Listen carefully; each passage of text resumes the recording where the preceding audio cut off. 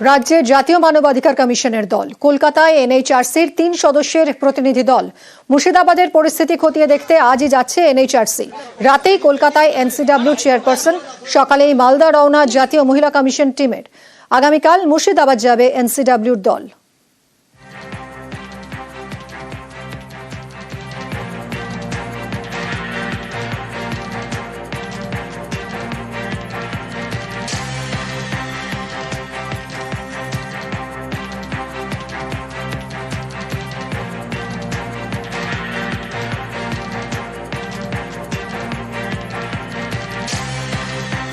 ভোটে ফুটিয়েছেন পদ্ম ফুল, এবার দিলীপ ঘোষের বাড়িতে বিয়ের ফুল।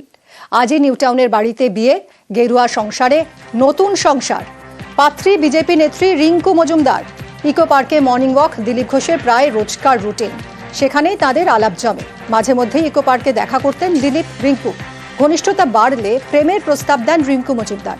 মায়ের অনুমতিতে বিয়েতে রাজি হন দিলীপ ঘোষ। কথা বলবো, সরাসরি রয়েছেন আমার সঙ্গে আমার সহকর্মী পারাদীপ ঘোষ। পারাদীপ, রাজনীতির ময়দানে তিনি ডাকাবুকো, তিনি বেপরোয়া। এবার তার জীবনে বসন্ত নিয়ে এলেন তার যিনি বেটার হাফ হতে চলেছেন, এবং আজই তার বিয়ে। এই নতুন ইনিংস নিয়ে কতটা এক্সাইটেড দিলীপ ঘোষ?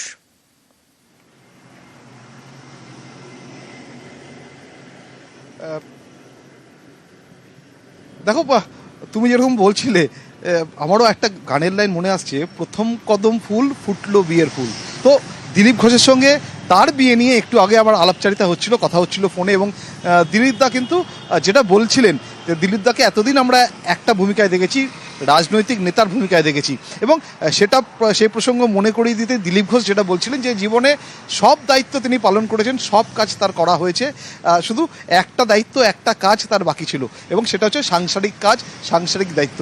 এবার সেই দায়িত্বটাও তিনি তার কাঁধে নিয়ে নিলেন, এমনটাই বলছিলেন। অর্থাৎ বিয়ের প্রসঙ্গে বলতে গিয়ে দাবাং নেতা, আমরা যেটা বলি বিজেপির দাবাং নেতা, ডাকসাইটের নেতা দিলীপ ঘোষ, তার কিন্তু ফার্স্ট রিয়াকশান গতকাল যখন থেকে তার এই বিয়ের খবর প্রচারিত হয়েছে, তারপর থেকে তিনি খানিকটা অন্তরালেই চলে গেছিলেন, প্রকাশ্যে আসছিলেন না, ফোন কোনো সাংবাদিক বা কোনো সংবাদ মাধ্যমের ফোনও তিনি অ্যাটেন্ড করেননি। প্রথমবার নিউজ 18 বাংলাকে দেওয়া সাক্ষাৎকারে তিনি কিন্তু তার বিয়ে নিয়ে, নিজের বিয়ে নিয়ে তিনি কি ভাবছেন, কেন বিয়েটা করতে রাজি হলেন, সে সম্পর্কে কিন্তু সবটাই খোলসা করেছেন। এবং তিনি যেটা বলছেন যে মায়ের জন্য তিনি 6 বছর বয়স থেকে বাড়ি থেকে বেরিয়ে এসেছেন, তখন থেকে তিনি মায়ের সঙ্গে থাকেননি। এখন মায়ের বয়স হয়েছে, তাই মাকে নিজের কাছে নিউটাউনের আবাসনে নিয়ে এসে রাখা শুধু নয়, মায়ের দেখভাল করার জন্যই তার এই গুরু দায়িত্ব কাঁধে তুলে নেওয়া, এবং এই একটা পারিবারিক বন্ধনে, বিবাহ বন্ধনে আবদ্ধ হয়ে পড়া, সেটা সেই কারণটাই তিনি দর্শাচ্ছিলেন। এবং একই সঙ্গে তাহলে কি, যে দিলীপ ঘোষকে আমরা দেখতাম সকাল থেকে রাত অবধি রাজনৈতিক কর্মকাণ্ডে, রাজনৈতিক কর্মসূচিতে আবদ্ধ থাকেন, নিজেকে ব্যস্ত রাখেন, তিনি কি এবার পারিবারিক পরিধির মধ্যে নিজেকে কোথাও গিয়ে সীমাবদ্ধ করে ফেলছেন? সেটা কিন্তু নয়। দিলীপ ঘোষ যেটা আমাদের বলেছেন, আমাদের যেটা জানিয়েছেন, যে রাজনীতির মতো থাকবে, রাজনীতিটা যেভাবে তিনি করছিলেন ডেডিকেটেড ওয়েতে, সেভাবেই করবেন। পারাদীপ, তুমি সঙ্গে থাকো, তোমার সঙ্গে দিলীপ ঘোষের যে কথা হয়েছে, তার যে টেলিফোন রিয়াকশন আমরা পেয়েছি, সেটা একবার শুনি। ব্যাস এটাই বাকি ছিল, বাকি সব হয়ে গেছে, দায়িত্ব পালন। এটাও পরিক্রমা পুরো হয়ে গেল, যেন পরের বারে আবার এর জন্য পৃথিবীতে আসতে না হয়, মুক্তি থেকে, কারণ এটাও পুরো হয়ে যাবে। এবারে মায়ের সেবা করবো। মায়ের সঙ্গে কোনোদিন জীবনে থাকিনি আমি 6 বছর বয়স, তো মা আমার কাছে থাকতে এসছেন, আমি বেরিয়ে গেলে ওনাকে জল দেওয়ারও লোক নাই, তাই সেই দায়িত্বটা পালন করার দরকার ছিল, সেটাও করছি। রাজনীতি যেমন করছি করবো, পার্টি যে কাজ দেবে সেটা করবো, আমার হাতে। এখন মা আছেন, আমি আর 3জনের ফ্যামিলি। বাকি আমার ভাই এদের জন্য যা করার, ছেলে মেয়েদের পড়ানোর দায়িত্ব পালন করেছি, এটা বাকি আছে। মা আছেন, বয়স আমাদের থাকতেন, তাকে দেখাশোনার জন্য লোক চাই। আমরা 20 জন থাকি বাড়িতে, উনি একা মহিলা, 80 বছর বয়স, সেই জন্য তার সহযোগী চাই, আমাকে এটা করতে হয়েছে। কথা বলবো আবারও পারাদীপের সঙ্গে। পারাদীপ, খুব সংক্ষেপে একটু জানতে চাইবো যে আজ ঠিক কি অনুষ্ঠানের আয়োজন করা হচ্ছে, কারা কারা আমন্ত্রিত, কখন এই অনুষ্ঠান হবে, কি জানা যাচ্ছে?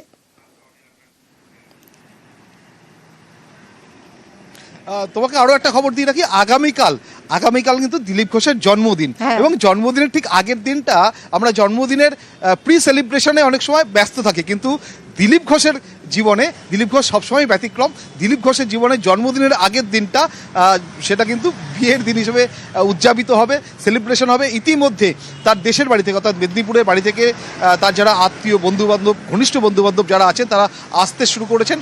দুপুরের পরে পরে তারা তার নিউ টাউনের আবাসনে তার ভাই, তার আত্মীয় স্বজন, বন্ধুবান্ধব যারা ঘনিষ্ঠ তারা এসে পৌঁছবেন। সন্ধ্যের পরে রেজিস্ট্রি হবে এবং তিনি বলেছেন সন্ধ্যের পরে তিনি সবটাই প্রকাশ্যে আনবেন এবং পরবর্তীকালে যেটা আমরা বলি সামাজিক অনুষ্ঠান, সেই সামাজিক অনুষ্ঠানও পরবর্তীকালে হবে। তবে দিলীপ ঘোষ যেটা বলছিলাম যে ইনি বিনি টাপাটিনি, সেই গানটার কথা মনে পড়ে যাচ্ছে। দিলীপ বাবুও কিন্তু আজ থেকে শুধু রাজনৈতিক নেতা না, একই সঙ্গে তিনি সামাজিক দায়িত্ব যেমন পালন করবেন, পরিবারের প্রতিও তার দায়িত্ব পালন করবেন। একদমই তাই। পারাদীপ, অনেক ধন্যবাদ। বোল্ড দিলীপকে জীবন সঙ্গী পাওয়া golden opportunity. News 18 Bangla exclusive BJP নেতার better half. This is golden fortunate for me. 21-এ ইলেকশনের আগে ইকো পার্কে তখন কথাবার্তা নর্মাল, তা এবার এমপি ইলেকশনে তখন ওনার সাথে আমার একটু কথাবার্তা হয়েছে। যখন উনি হেরে গেলেন তখন আমি একটু ঘন ঘন যেতাম পার্কে।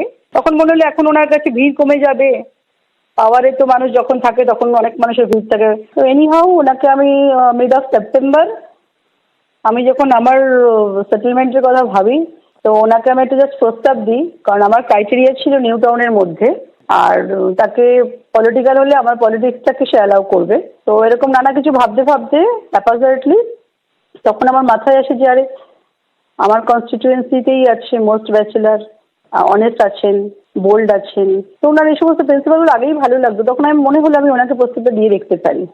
তারপরে যাই হোক 3 মাস টাইম নিয়েছেন, কথার মধ্যে দিয়ে আমাকে জানা বোঝার চেষ্টা করেছেন। তারপরে ওনার সামা হয়তো মনে হয়েছে না ঠিক আছে, উপযুক্ত হতে পারে। তারপরে মায়ের সাথে কথা বলেছেন, তারপরে আমাকে মতামত জানিয়েছেন।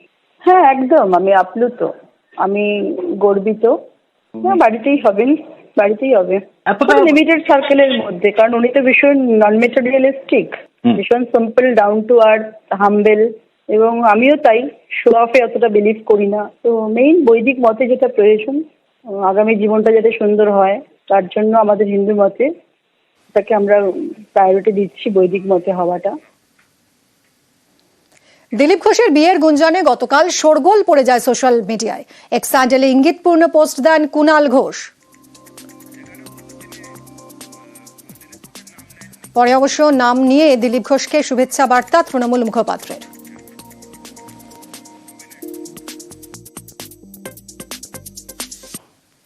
গত সপ্তাহে মুর্শিদাবাদে অশান্তি, এর আঁচ পড়েছে ব্যবসায়। জঙ্গিপুরের বিড়ি শ্রমিকদের পেটে টান, ধুলিয়ানে পাইকারি বাজার বন্ধ থাকায় কয়েক কোটির লোকসান।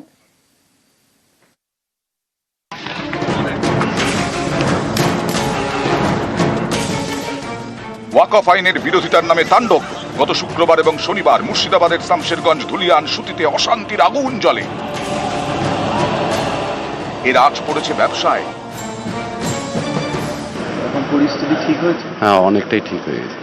আমাদের তো এর উপরই সংসার। হ্যাঁ অবশ্যই, এর উপরে রুজি রোজগার চলছে আমাদের। ফ্যামিলিতে কতজন আছে? ফ্যামিলিতে 6 জন মেম্বার। তুমি একা রোজগার? না, আমি একাই, 3টে ছেলে আর স্বামী স্ত্রী। এখন আর ভয় করেনি? না, এখন আর কোনো ভয় নেই। জঙ্গিপুর মহকুমার মধ্যে পড়ে শামশেরগঞ্জ, ধুলিয়ান, সুতি। জঙ্গিপুরে ঘরে ঘরে তৈরি হয় বিড়ি। এই বিড়ি বেঁধেই বেশিরভাগ বাসিন্দার পেট চলে।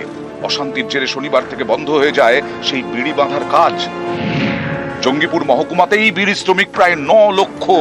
একজন শ্রমিক দিনে 1000 বিড়ি বাঁধলে পান 202 টাকা।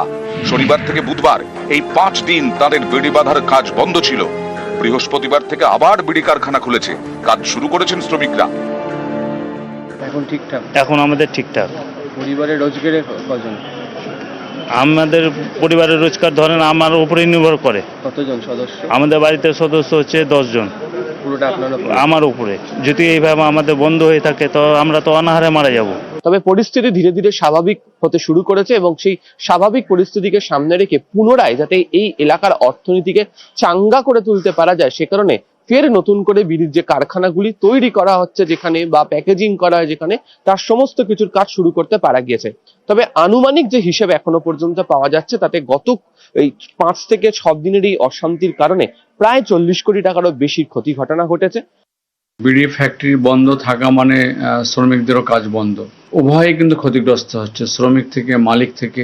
আমরা তো ফ্যাক্টরি প্রায় 4 দিন আগে খুলে দিয়েছি আর কি। খুলে আমাদের যথারীতি শ্রমিকরা আসছে, কাজ করছে আর কি। তারা মনে প্রাণে খুশি। শামশেরগঞ্জ থানা এলাকার মধ্যে পড়ে ধুলিয়ান। এই ধুলিয়ানেই রয়েছে পাইকারি ব্যবসার বড় বাজার। এখানকার চাল ডাল সহ বিভিন্ন জিনিস যায় পশ্চিমবঙ্গের বিভিন্ন জেলা এবং পাশের রাজ্য ঝাড়খণ্ডে।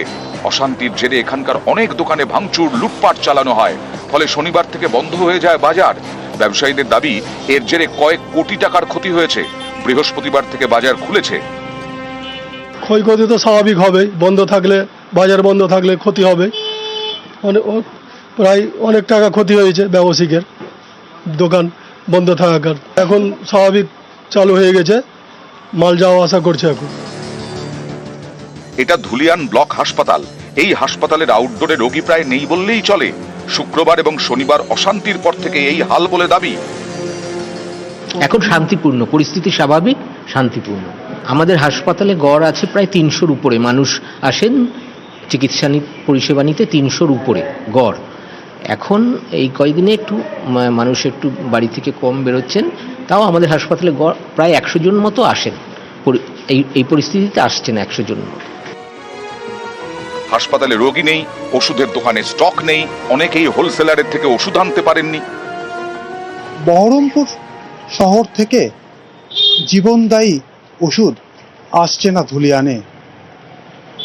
ব্যবসায়ী যারা রয়েছেন তাদের বক্তব্য, তারা ইতিমধ্যেই বিভিন্ন সময় ফোন করে বহরমপুরের যারা ডিলার রয়েছে তাদের কাছে ওষুধের অর্ডার দিয়েছেন, কিন্তু কোথাও গিয়ে আতঙ্কের পরিবেশে কোনো ডিলারই ধুলিয়ানে ওষুধ পাঠাচ্ছেন না। দোকানে ওষুধের স্টক শেষ, অনেকেই ওষুধ না পেয়ে ফিরে যাচ্ছেন। কার ওষুধ কিনতে গেছিলেন? স্বামীর। কি হয়েছে? সুগারের। দোকানে গিয়েছিলাম তো বললো 2 দিন পরে এসো, দিব ওষুধ কিনে। দোকানে নেই? নাই, ওষুধ নাই এখন। ভাঙাচুরার জন্য তো অসুবিধার জন্য পাচ্ছে না এখন ওষুধ। ওষুধের জন্য খুব সমস্যা। আমার ওষুধ, আমার মায়ের ওষুধ, থাইরয়েড, সুগার, প্রেশার, এগুলো কোনো ওষুধই পাওয়া যাচ্ছে না। বলছে যে 2 দিন 4 দিন পরে আসবে। এখন গাড়ি ঢুকছে না, লোকজন আসছে না। ক্যামেরায় কাঞ্চন ভৌমিক, অসিত দাসের সঙ্গে অমিত সরকার এবং আবির ঘোষাল, নিউজ 18 বাংলা।